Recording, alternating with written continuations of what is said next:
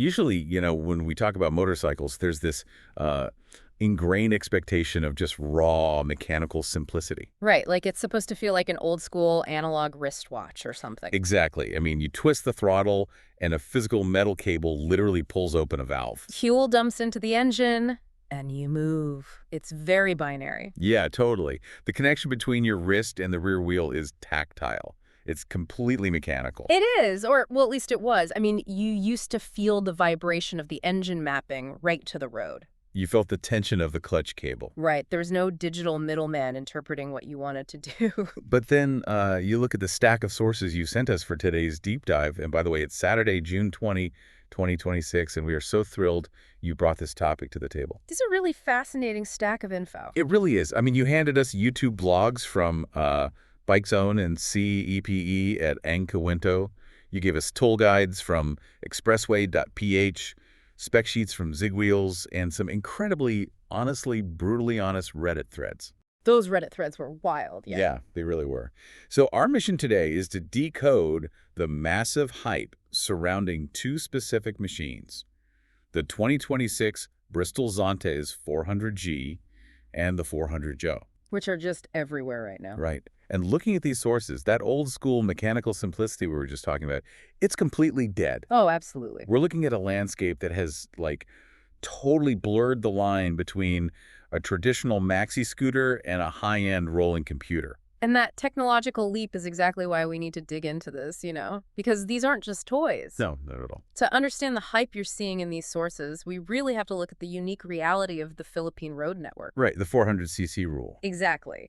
In this specific market, an engine displacement of 400cc isn't just like a metric for top speed. It is a highly coveted legal key. It's the ultimate mobility hack, really. If you live in Metro Manila or the surrounding provinces, hitting that 400cc mark unlocks legal access to the expressways. The big ones. NLX, SLEX. Yeah, Skyway Stage 3, DPLEX, all of them. Which completely changes the geometry of your daily life. I mean, if you, the listener, are sitting in 3 hours of gridlocked stop-and-go traffic on EDSA right now listening to this. Which is very likely. Right. The idea of legally bypassing all of that exhaust and frustration on an elevated highway is incredibly appealing. A grueling multi-hour commute suddenly transforms into, a 20-minute sprint. Precisely. You aren't just buying a motorcycle at that point. You are buying back your time. That brings us directly to the core of what makes the Zontes 400M and 400G so fascinating.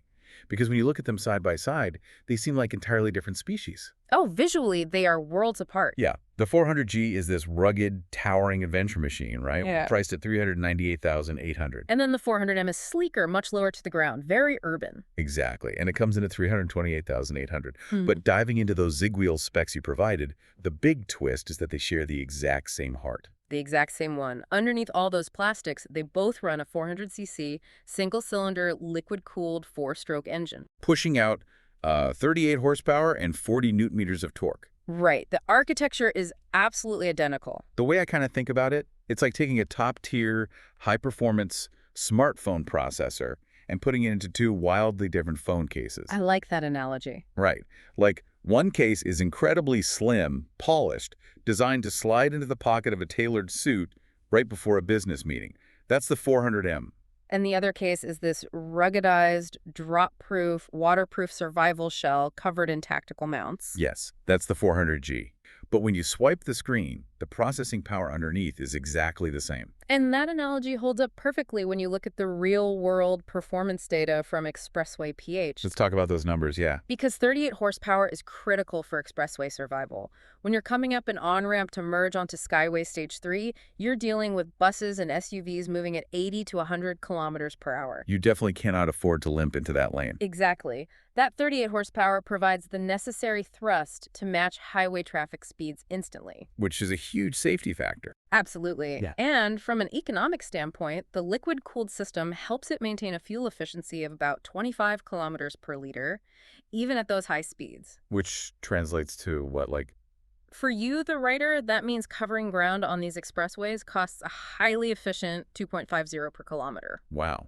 Okay, but let's stop and unpack those spec sheets for a second, because this is where I found a massive, glaring contradiction in the sources you provided. Oh, no, exactly what you're going to say. It's crazy. I'm looking at the Expressway PH spec sheet for the 400M, And it literally has a giant red X next to ABS and traction control. Right.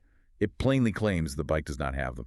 But then if you just scroll down to their very own FAQ section on the exact same page, it says it comes with standard ABS. Yep, the classic spec sheet contradiction. And to make it even more maddening, we have a Zig Wheels user review from a writer named Christian.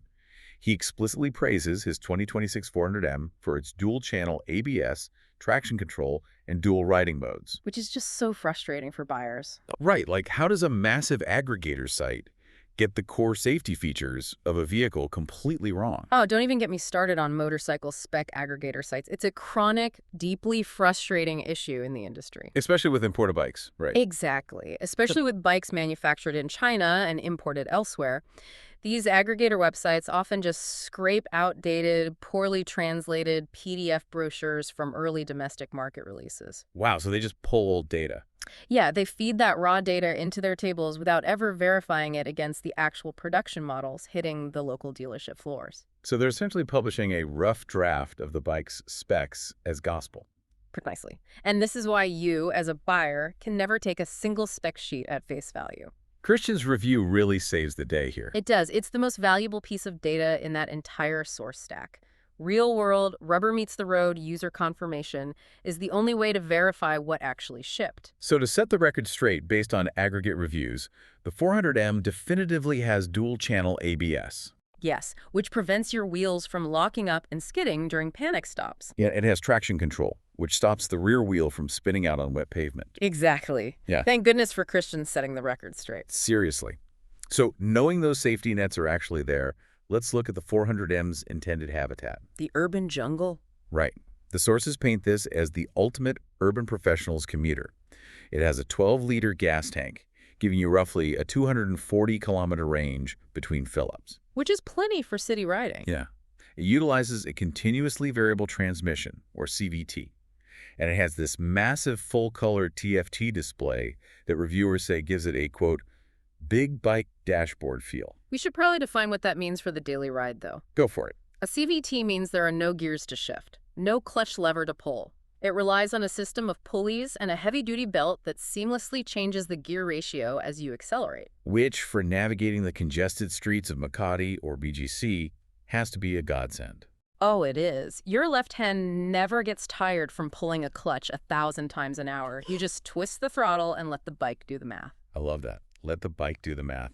And what about that TFT display we mentioned? Right, so TFT stands for thin film transistor. It's essentially the same high-resolution, glare-resistant screen technology used in your smartphone. Ah, okay. So you can actually see it outside. Exactly, making it perfectly readable even under the blinding midday Manila sun. And because of its sleek profile, it filters through that stationary traffic beautifully.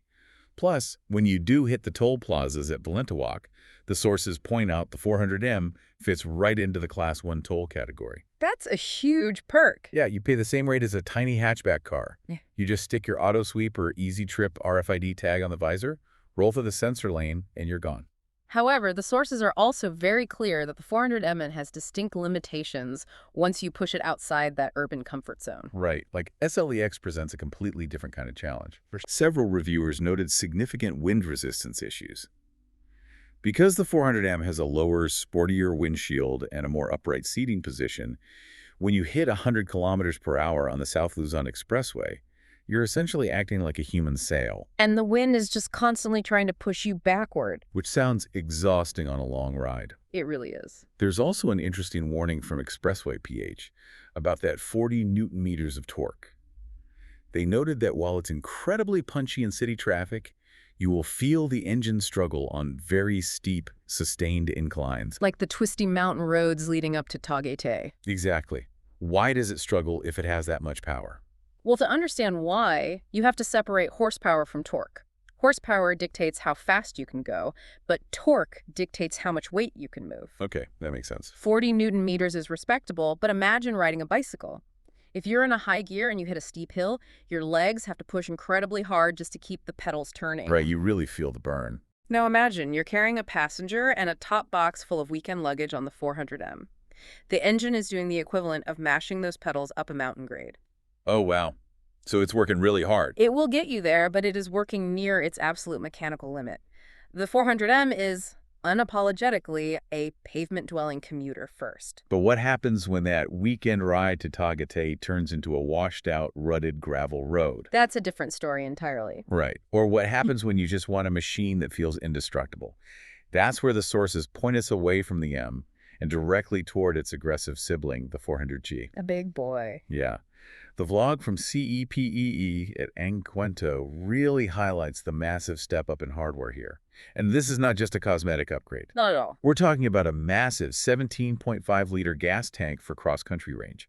It completely ditches the cast wheels for wire spoke wheels, 1170/17 in the front, and a wider 1670/14 in the rear. That's a serious upgrade. And it utilizes premium J1 braking systems, inverted telescopic forks, and sits high with 180 millimeters of ground clearance. See, the engineering choices here are completely tailored for abuse. Yes, so. Well, take the wheels, for instance. The 400M uses solid cast alloy wheels, which are light and great for smooth asphalt. But if you hit a deep pothole at speed, cast wheels can actually crack. Yikes. Okay. The 400G uses wire spoke wheels. Those individual metal spokes actually flex and distribute the kinetic energy of an impact across the entire rim. Oh, so they absorb the shock rather than shattering. Exactly. And those inverted telescopic forks. I saw a really great explanation of this once. It was like, imagine holding a heavy metal maglite flashlight. Right. Usually on standard motorcycles, the heavy end of the suspension is attached to the front wheel, just bouncing up and down over every single bump. But inverted means the manufacturer basically flipped the whole mechanism upside down. That's a perfect way to visualize it. The heavy, thick outer tubes of the fork are now bolted firmly to the motorcycle's frame, Okay. while the much lighter inner tubes are the only things actually moving with the front wheel. In engineering terms, this drastically reduces the unsprung mass. Unsprung mass, meaning the weight of the stuff that's bouncing. Right. Because the wheel assembly is lighter, it can react to bumps, ruts, and uneven pavement instantly without transferring all that violent energy up into your handlebars. And it legitimately translates to off-road capability. The review from Efren over at Carmoody is super fascinating on this. I watched that one. Yeah. He took his 400G out on a dry, dusty canyon trail, riding alongside a group of dedicated adventure riders and naked sport bikes. Which is a bold move for a scooter. Totally. Now, it is a maxi-scooter. It's heavy.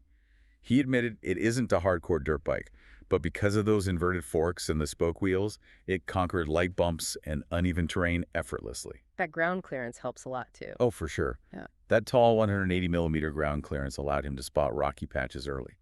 And the bike's underbelly cleared obstacles that would have completely destroyed the exhaust on the 400 Mir. It is a highly capable platform. But what really elevates the 400G from a standard adventure scooter into this rolling command center is the absolute deluge of integrated technology. The gadget factor is frankly mind-blowing. I was watching the CDPE vlog, and I legitimately had to pause the video because I couldn't believe what comes standard. It's a long list. It has a manually adjustable windshield with 7 different height levels, an 8-inch full-color TFT display that integrates your tire pressure monitoring, navigation, and media. The screen is huge. Yeah, and the ignition is entirely keyless. The fob just needs to be in your pocket. But the truly disruptive feature is the integrated surveillance. Yes, built-in dash cams, front and rear, Both recording in 1080p. wired directly into the bike's brain. They record in 3-minute overlapping loops right to an internal system. You don't have to mount GoPros to your helmet or wire some sketchy aftermarket system to your battery. Which saves a rider easily 15 to 20,000 pesos. Plus a weekend of frustrating electrical work right out of the gate. So true. And practically speaking, in the chaotic traffic of Metro Manila, having an unblinking, hardwired record of everything happening in front of and behind you is an invaluable insurance policy. And we haven't even mentioned the storage yet. It has a hydraulic compartment under the seat that is so cavernous. It fits one full-face helmet and one half-face helmet simultaneously. Alongside built-in USB-A and USB-C ports to charge your phone while you ride. It's crazy. At $398,800, they are not just selling a motorcycle. They are selling an ecosystem of convenience. Completely. It even comes out of the dealership with heavy-duty crash guards running the length of the bike, a parking handbrake, lever guards, and stainless steel footrests for the passenger. It's a concept of turnkey readiness. Historically, buying a motorcycle was really just step one. Right, then you hit the accessory catalogs. Step two was spending another 50,000 pesos on accessories just to make it tour ready. The 400G attempts to bypass the aftermarket entirely. Yet, ironically, motorcycle riders simply cannot resist tinkering. They never can. And the sources reveal a really vibrant DIY culture around these machines. The vlog from a channel called EDOW is incredibly fun to watch. Oh, that guy is having a blast. He's absolutely in love with modifying his 400G. But it isn't complex, tear down the engine mechanical work. He points out that you just open the Shopee app, type in 368G. Which is the internal factory code for this platform. Right, and thousands of custom parts populate. He ordered a heavy-duty, powder-coated bracket to mount a massive 65-liter cargo box, a custom rectifier cover to shield the electrical components from mud slinging off the rear wheel, Very practical mods. and these rugged metal grills to cage in his turn signals so they don't snap off on the trail. He bolted it all on himself in his driveway in an afternoon. See, that kind of accessibility is empowering. It makes the machine feel uniquely yours. That does. But that heavy reliance on third-party online marketplaces like Shopee for parts, that transitions us into the most critical and potentially concerning segment of this entire deep dive. Yes, this is where we have to address the elephant in the room. And the listener who sent us these sources found it right in the RPH Motorcycles Reddit thread. The Reddit reality check. Oh, it was a reality check. A user posted a very common dilemma. They were debating between buying the ubiquitous Honda ADV 160 and the Zontes 400M. The comments in that thread ripped the veil off a crucial industry reality that you, as a potential buyer, absolutely need to understand. It's a huge distinction. Bristol is not the manufacturer. Bristol is merely the local Philippine distributor. Zontes, the massive Chinese industrial firm, is the actual manufacturer. And that distinction completely changes the calculus of long-term ownership. Why is that? Well, when you buy a Honda or a Yamaha, you are entering a vertically integrated ecosystem. You are dealing directly with the local corporate arm of the manufacturer. Okay. They are mandated to keep millions of pesos worth of spare parts in local warehouses to support their models for decades. The distributor model is totally different, right? Exactly. The white label or distributor model means a local company. In this case, Bristol buys shipping containers full of completely built-up units from the manufacturer in China. They just rebadge them. They rebadge them, market them, and sell them. But because they are an independent intermediary, they dictate their own inventory logic. They don't have the global supply chain infrastructure of a legacy Japanese brand. And the Reddit users were brutally honest about the consequences of this business model. They pulled absolutely no punches. A user named Victor996 warned that Bristol has a track record of cycling through models far too quickly. He brought up the Bristol Veloci 500. I remember that bike. Yeah, a bike that got rave reviews from media outlets, but was discontinued from the lineup almost immediately. If you own one now, getting official after-sales support is a massive headache. Yep. Another user bluntly stated, they rarely see older Bristol 400cc bikes on the road anymore, simply because owners get exhausted trying to hunt down spare parts. This is the inherent risk. If you drop your 400G and shatter that beautiful TFT screen, or if a proprietary electronic sensor in the fuel injection system fails, you are at the mercy of the distributor's current inventory. Which might be nothing. If Bristol doesn't have that specific Zontes part sitting in a warehouse in Manila, your high-tech 400,000 peso motorcycle instantly becomes a very heavy, very expensive paperweight. Just sitting there. While you wait weeks or sometimes months for a shipping container to arrive from the mainland. And the Reddit community even provided hyper-specific geographical warnings. That was wild. User Alchemist Mode 2 jumped in to clarify that while the machines themselves are mechanically sound, the service experience is highly localized and inconsistent. It varies by dealership. They explicitly warned the original poster to avoid the Bristol dealership branch in Caloocan because the mechanics there provided terrible service. Wow. And they strongly recommended taking the bike to the Antipolo branch instead. That is the kind of granular, street-level intelligence you only get from owner communities. It paints a picture of a brand that has the hardware figured out, but is still struggling to standardize its after-sales ecosystem across different franchise locations. So we have to synthesize all of this for you. If you're looking at these machines, you are staring at a fascinating dilemma. You really are. On one hand, you have the 400M and the 400G. They offer an undeniably brilliant, relatively affordable golden ticket onto the expressways. A literal fast pass. You get robust, proven 400cc performance. You get incredible off-road suspension on the G model. Yeah. You get a suite of premium, futuristic tech features, TFT screens, radar, dash cams, the legacy brands would charge you double for. But the cost of that upfront value is your own peace of mind. It requires a fundamental shift in how you view vehicle ownership. Right. Buying into the Zontes ecosystem via Bristol requires you to be a highly proactive owner. It means you must be comfortable diagnosing issues yourself. You can't just be passive. No, you need to be willing to scour Shopee for international parts using factory codes. You need to hunt down independent mechanics who actually understand Chinese electronics. And joining the owner groups is basically mandatory. You absolutely must join the Facebook and Reddit owner groups to share knowledge and resources. If you're the type of rider who just wants to drop your bike off at the dealership once a year, hand them your credit card, and never think about maintenance. Which a lot of people are. Right, but the current reality of the distributor model suggests this is not the bike for you. You have to be willing to be your own warranty, in a way. The value is immense, but the safety net is completely up to you. Which leaves us with a really fascinating philosophical question to end on. Lay it on us. As we look at the 400G with its massive glowing screens, overlapping video surveillance, traction control algorithms managing the wheel slip, and proximity sensors looking for a key fob in your pocket. Yeah. Are we witnessing the death of the analog motorcycle? At what point does a machine stop being a visceral mechanical experience and start becoming just a two-wheeled smart car? That is a crazy thought. And as riders, is that level of digital insulation something we are actually asking for, or just something we are passively accepting because it is convenient? From feeling the physical tension of a throttle cable to relying on a microchip to tell the engine how much fuel to burn. It is a completely different world, and it really makes you wonder what the motorcycles of 2030 are going to look like. I can't even imagine. Thank you so much for gathering this incredible stack of sources and trusting us to dive into it with you. Keep that curiosity alive, keep questioning the spec sheets, gather another stack of info, and we will see you on the next deep dive.